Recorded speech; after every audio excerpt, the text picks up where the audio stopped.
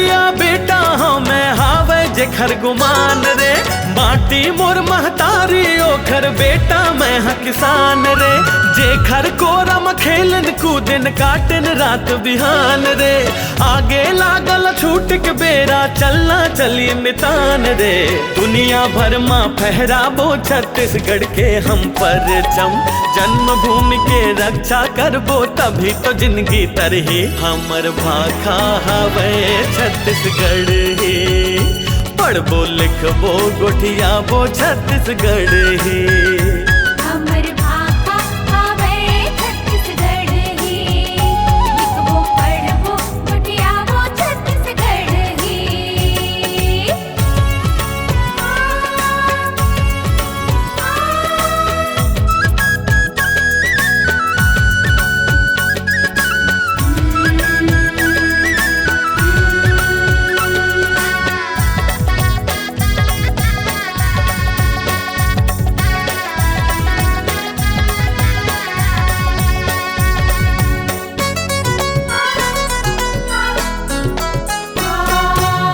बड़ सुघर हावे देखना छत्तीसगढ़ के भुइया।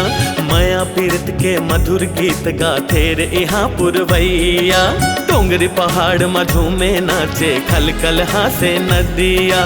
छोटे बड़े के जोहार पलगी करते होवत बिहनिया। हाँ बासी लेखित जाए भोजी नांगर जोते भैया।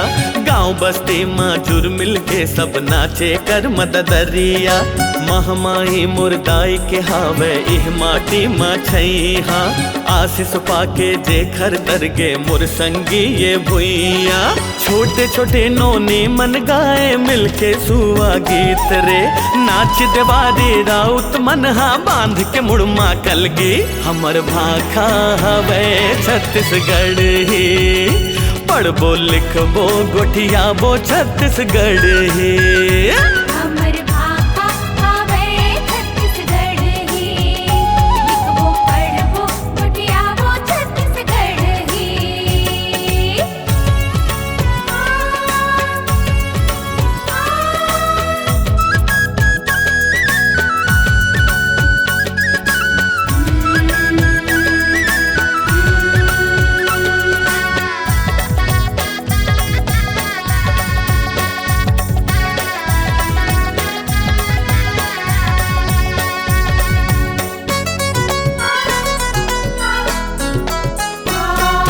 धान के कटोरा कहते मोर छत्तीसगढ़ ला।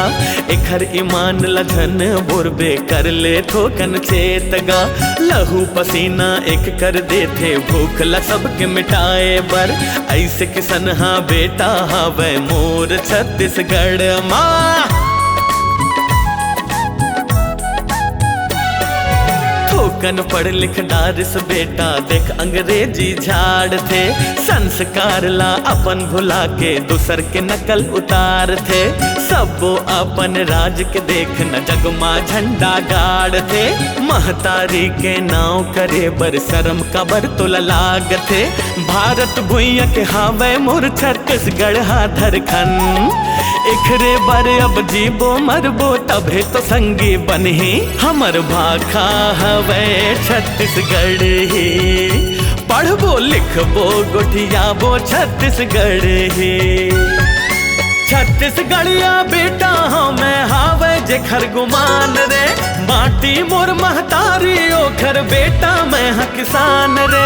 जेखर कोरम खेलन कूदन काटन रात बिहान रे। आगे लागल छूट के बेरा चलना चली मितान रे। दुनिया भर माँ फहराबो छत्तीसगढ़ के हम परचम।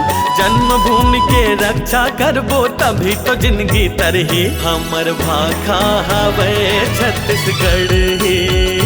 पढ़बो लिखबो गोठियाबो छत्तीसगढ़ ही।